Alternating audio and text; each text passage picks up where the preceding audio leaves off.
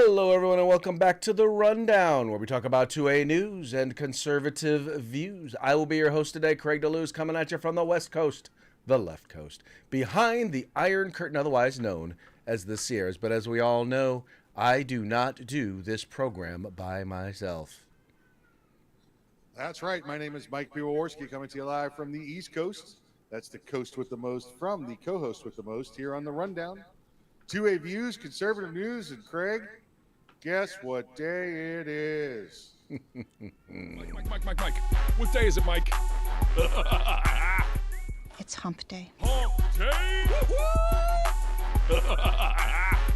It's hump day. Hump day! That's right, folks. Today is Hump Day. This is the day in which we attempt to begin the weekend, sometimes with success, sometimes not. But as I always like to say, the fun is in the trying. It is. Always within the trying. What a busy day, Craig. So far, I've been running around all over the state, been on a couple of programs, just got 2 hours on the air over at the Daily Defense Hour, and jump right in here with you. So I'm ready to go, as long as you know what we're talking about, because I don't. Well, good stuff. I'll tell you what we're going to start off talking about. We're going to start off talking about our sponsors. So I do know you know about that. I do know about them. In fact, visited one of them today. Let's say hi to our good friends over at Hitman Industries. That's hitmanindustries.net. If you got yourself an AR in the past 5 years, you probably got one of their barrels and don't even know it. Well, now you can buy from them factory direct. Just get on over to hitmanindustries.net. California Republican Assembly fighting a good fight behind enemy lines. Now you can take part in California's future today. Make sure you check out the California 6th congressional race while you're there. Remember, Craig DeLuz is North Sac. If you want the best in concealment holsters on the market, go see our friends at Hog Holsters. That's HAWG holsters.com, hogholsters.com. Use the discount code The Rundown. That's all one word, no spaces, all caps. Get yourself a nice little discount. And if you're looking for some tactical gear, whether you're going hunting, fishing, camping, whatever it may be, you can get everything except the gun at uscombatgear.com. That's right, folks. Please take a moment, visit our sponsors, go check them out. The links are in the description to this program. Just go there, check them out. If you like what you see, spend some money with them, and make sure that you tell them it was the guys over at The Rundown that sent ya. All right, well, since Mikey doesn't know what we're going to be talking about today, I will let you know what we're going to be talking about. And top of the story, top of the billboard, shall we say, is Ding Dong. Oh, there you go. Ding Dong. I'm sorry. I knew as soon as I said Ding Dong that I should have known that he was going to pop up. Anyway, McConnell is on his way out. That's right. The Republican leader, Mitch McConnell. Well, he is a calling it quits, as if, it wasn't already months, if not years late.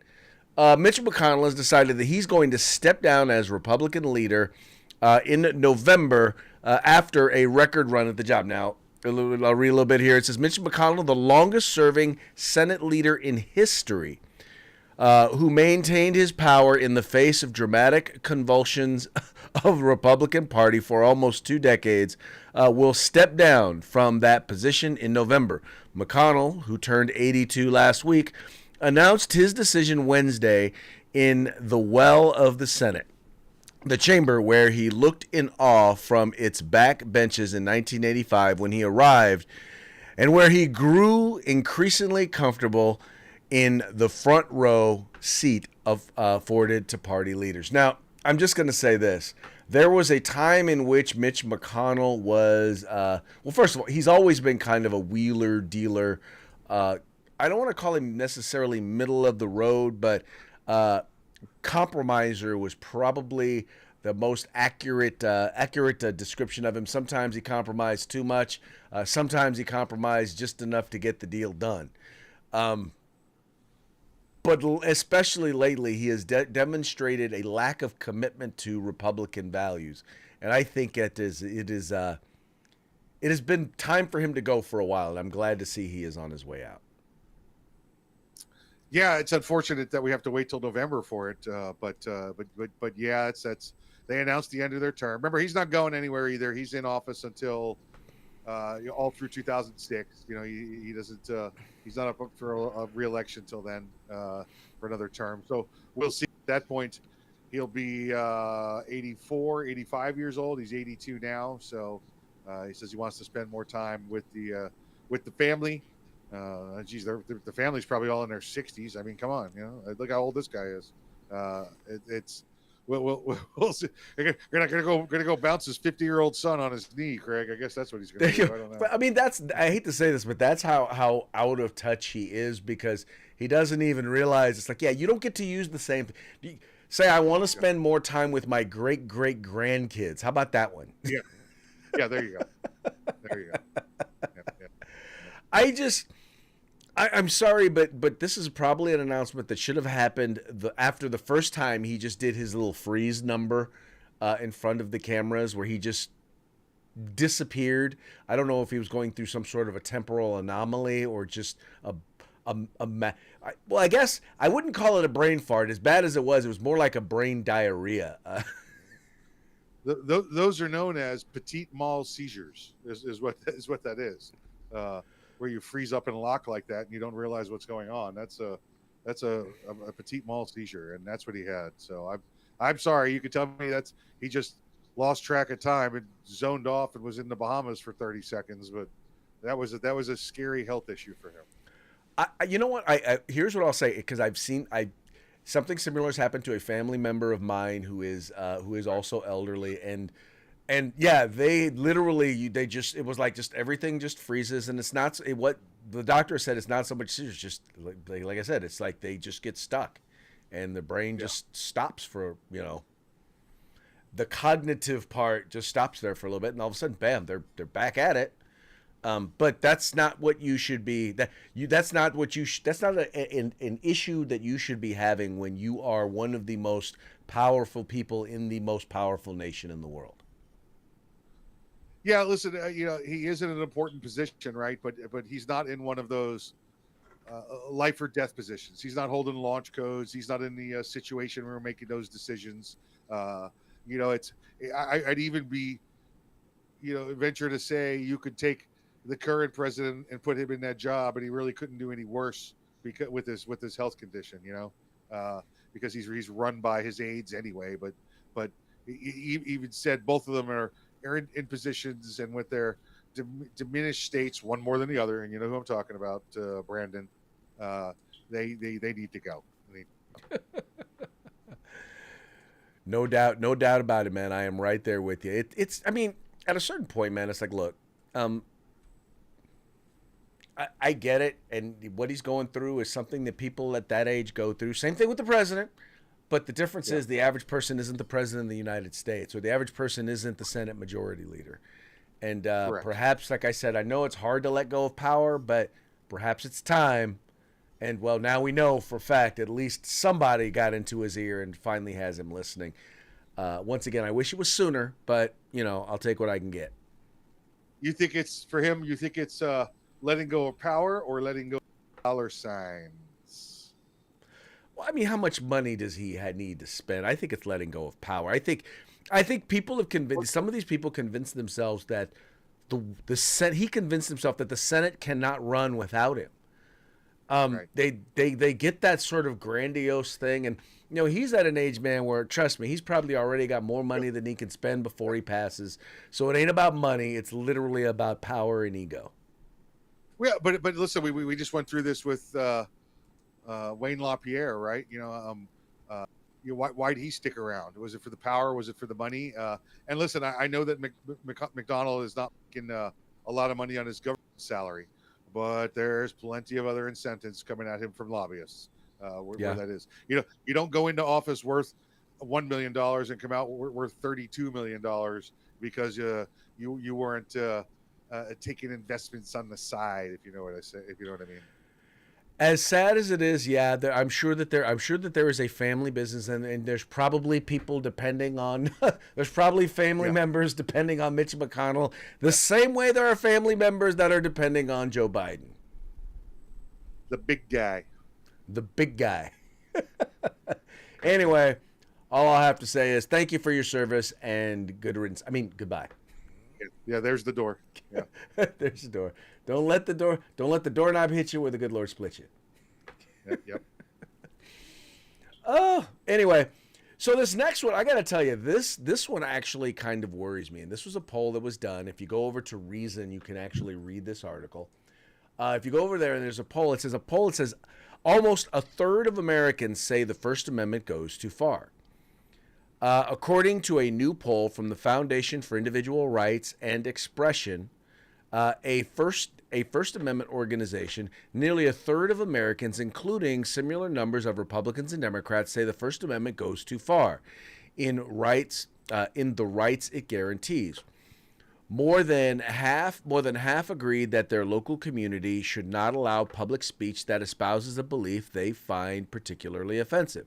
Quote, "Those results are disappointing, but not exactly surprising," said Fire Chief Research Advisor Sean Stevens on Tuesday in a press release.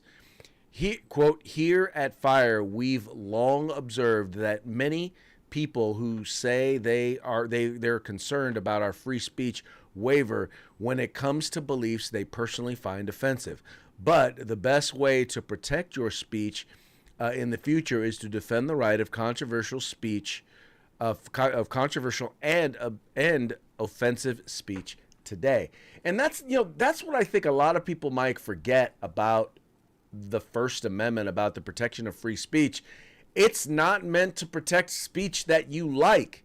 It's particularly meant to protect speech that you dislike, so that you or they, whoever they are, can't just shut you up because they don't like what you're saying. And if you want to know whether or not that can, the effects of that, just take a look at what the White House has done in coordination of working with mainstream media, working with academia, and working with big tech. That is an example of how shutting down of free speech does. Yeah, absolutely. And Craig, you're right. This is not that, I believe that free speech has gone too far. This is, I don't agree with what the left says, and I don't agree with what the right says. So I believe free speech has gone too far. And as a perfect example of the media trying to influence free speech and give more weight to this story than it deserves. The fire chief that you just named as being quoted, well, fire chief, that sounds like a guy who is a respectable government servant. No, FIRE is the acronym of their organization. So he's the fire chief senior advisor. He's not an actual fire chief. No, he is not a fire chief. For those of you low information people out there who watch the show. There's people sitting there going, well, if the fire chief said it, it's got to be true. That guy. It's got to be true. The fire chief done said it. He risks his life every day. He's the fire chief. Yeah. Like I said, I will forever protect someone's right to say something that I disagree with. Now, but you have people who literally, and when they say go too far, there are people who believe that saying certain things is hate speech. Like, if I happen to point out something that happens to be true, all of a sudden now, well, that's hate speech or that's inciting violence. I mean, think about, Mike, you and I, we actually we read the transcript and we watched the speech that Donald Trump gave on January 6th. And I am still, to this day, trying to find the incendiary statements that he made that supposedly led to violence at the Capitol. And I'm like, show me what he said that is worse than anything that Barack Obama said, or worse than anything that Joe Biden has said, or Maxine Waters, or Kamala Harris, Swalwell. What's his name? The majority leader in the Senate. Schumer. Yeah. You will reap the whirlwind. Yeah. You will pay the price. How is that not incendiary? Because those are actual incendiary remarks. Yes. Yeah. Yes, but I don't see any hearings against that. Saying that you believe that there was election fraud, all of a sudden now gets you brought up on charges. I see plenty of Democrats who are brought up on charges. Oh, I forgot. Refusing to certify the election results. Voting against the certification of the election results supposedly is supposed to have you brought up on charges. Democrats have done that. They did it when George Bush got elected. They did it when Donald Trump got elected. Yep. No charges. No, it is a massive conspiracy planned event by the left to keep Donald Trump from getting back in office. Oh yeah, exactly. And I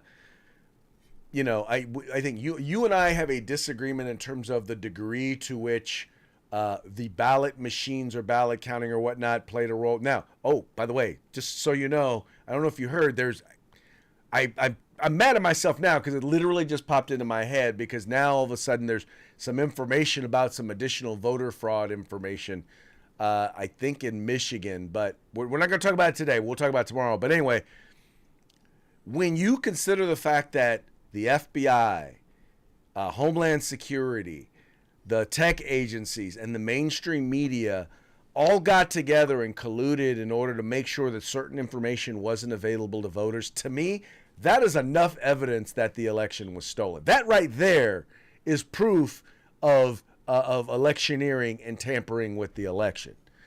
But no one ever. If you talk about that, then you get your YouTube channels shut down. Yeah, absolutely right. Yeah, and not to mention what the social media industry did as well during the election cycle. Yeah. Well, did and is still doing. Yes. Yeah. Absolutely. Not on Twitter, not on Rumble. Yes. Yeah. Not on Twitter, not on Rumble. That's why we encourage y'all to follow us there. Twitter and Rumble. Trumble. No. Twitter and Rumble. There you go. Or X. Rumble. X. Speaking of that, God, this is the one reason. Have you watched any of Shogun? I have not. Is it legit? Is it good? Is it as good as the original? I've only watched the first episode, but I gotta say I'm enjoying it. I don't know if I like the lead actor yet, but it's pretty good. I'm enjoying it so far. It's good stuff. Not that we're getting far off topic, but I'm watching Ricky Gervais's Afterlife, 3 seasons on Netflix, which is pretty funny. I have not watched that, although I love watching his comedy specials because he is. Yeah. Now we were talking earlier about free speech and language that you like or you don't like. What I like about his comedy is this: he says stuff that I like, he says stuff that I hate, he says stuff that I agree with, he says stuff that I disagree with. But the number one rule of comedy, I don't care, cultural commentary, political commentary, religious commentary, I don't care. You got one thing though: be funny. And he is. He is a funny man. He's a funny man. He is a funny man, and he does. Trust me, if you are a conservative, there's stuff he's going to say that you're going to disagree with. If you're a Christian, there's things he's going to say that you're going to disagree with. If you are an atheist and you are a liberal, there's stuff he's going to say that you're going to disagree with.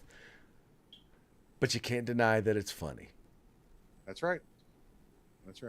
And that's all I ask. All right, this is something. Make me laugh. Make me laugh. Are you not entertained? Anyway, this is a bill that I would love to see someone in the state of California introduced. It probably would never even get a hearing, but I'm going to call up some of my friends. I'm going to say, you guys need to introduce this bill.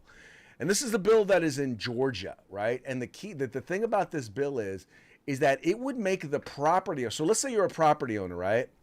And your business is a gun-free zone, and something happens and there's an injury, this Georgia bill would make you, the property owner, liable for injuries in that gun-free zone. It says here, HB 1364 says, quote, any lawful weapons carrier who is prohibited from carrying and who is injured shall have cause of action against the person, business, or other entity that owns or legally controls such property, according to 11 Alive. That's pretty much all you have to say to me. I'm like, I am down with supporting this piece of legislation because I think that's the way it's going to be. If you're not going to allow me to protect myself, then you are assuming responsibility for making sure that I am protected. And as such, if you fail in that, you ought to be held liable. That's it. You're not assuming responsibility. You're assuming liability. There you go. That's what this bill is going to do. This is great. We saw this come up a few years back. I don't recall if it was Tennessee. I think this might have come up in, but it didn't pass through the House there. But this will be great. This will pass in Georgia. This will be great. This will set the trend in the 27, soon to be 28 constitutional carry states or permitless carry states.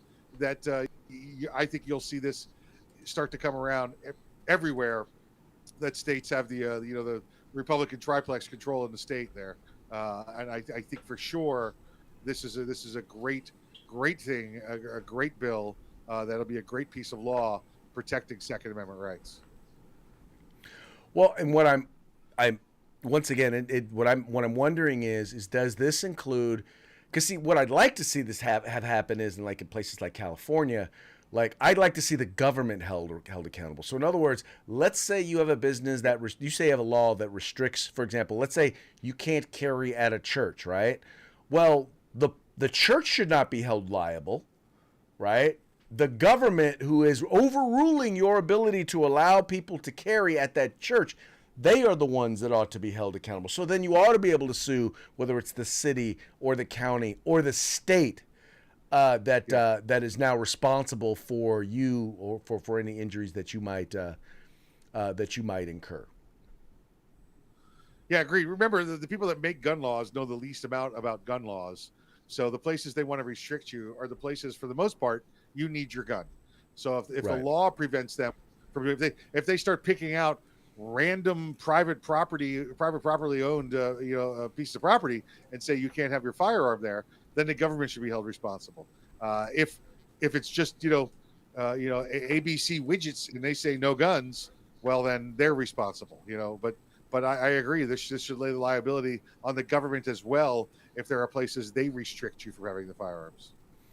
Right. Because once again, they are the ones, at least in that area, they are the ones now in control of that property. They're the ones that have established the ruling that you are not allowed to carry. Therefore, they ought, once again, they've decided to be responsible. Therefore, they are liable. Yeah. Yep. Take them down. Take him down. Fannie Willis is down, crazy. Okay. I wish I could say that this surprised me, but you've got Fannie Willis's crazy DEI training. Now, keep in mind, she was a George Soros funded a district attorney or county attorney, whatever you want to call her. So she's already down with the DEI, CRT, all of that stuff. But Breitbart actually put out an article saying exclusive former employees reveal Fannie Willis's extreme DEI training, forced to associate white with bad, judges ranked on skin color. Wow, okay.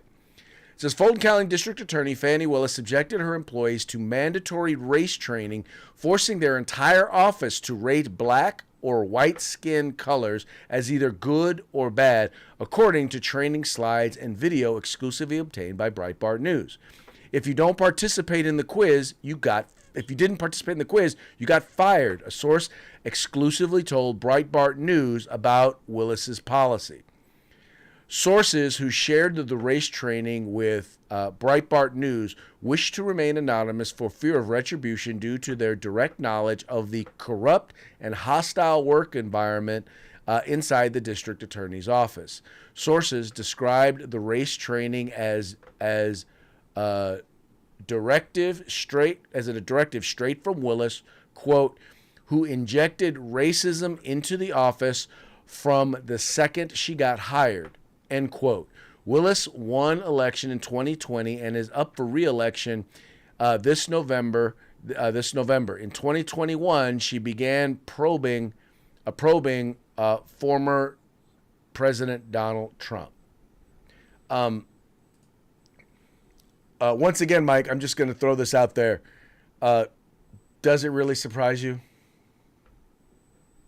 No, no, absolutely not. This woman is just every time they bring in another witness, every time they bring in another somebody that's got some information on her office or her employees, it's clearly a wow. Look, more evidence of the Donald Trump witch hunt paid by George Soros. This is how this is allowed to continue in trial. I don't know. Oh wait, I know. A Democrat appointed judge. That's how. That's how. Yeah, well, I have a sneaking suspicion that all indications right now are that she may wind up getting thrown. Not only her, but the entire prosecution may wind up getting thrown out of court. Yeah. I think the only reason it hasn't ended yet is because the election hasn't ended yet. But all this is helping Donald Trump, just so y'all know. For those of you who don't like, I mean, you reap what you sow. You wanted this to affect Donald Trump and his ability to get elected president. Well, guess what? You are helping him get elected president. Thank you very much. Yeah. Yeah, absolutely right. It's absolutely right, and we appreciate it. Thank you. We do appreciate it. Thank you. None of us here are complaining. Nope. All right, folks. Well, hey, that brings us along to our parting shots, brought to you by Hog Holsters. Just go to hogholsters.com. Make sure you use the discount code The Rundown, all caps, no spaces, one word, and get a discount on your Hog Holster today. All right, our first one here. Let's see here. Oh, by the way, so you know that it is re-election time, and so the first thing that we want to look at here is, well, the people who shut down your business, killed your careers, and are asking you to re-elect them so that they can keep their jobs. Never forget what they did to you. This is an important thing, folks. There are a lot of people out there who, quite frankly, are how shall we say it? There are a lot of people out there who did a lot of things to harm you, and a lot of them are now running for re-election. Elections have consequences. If you re-elect them, then you get what you deserve.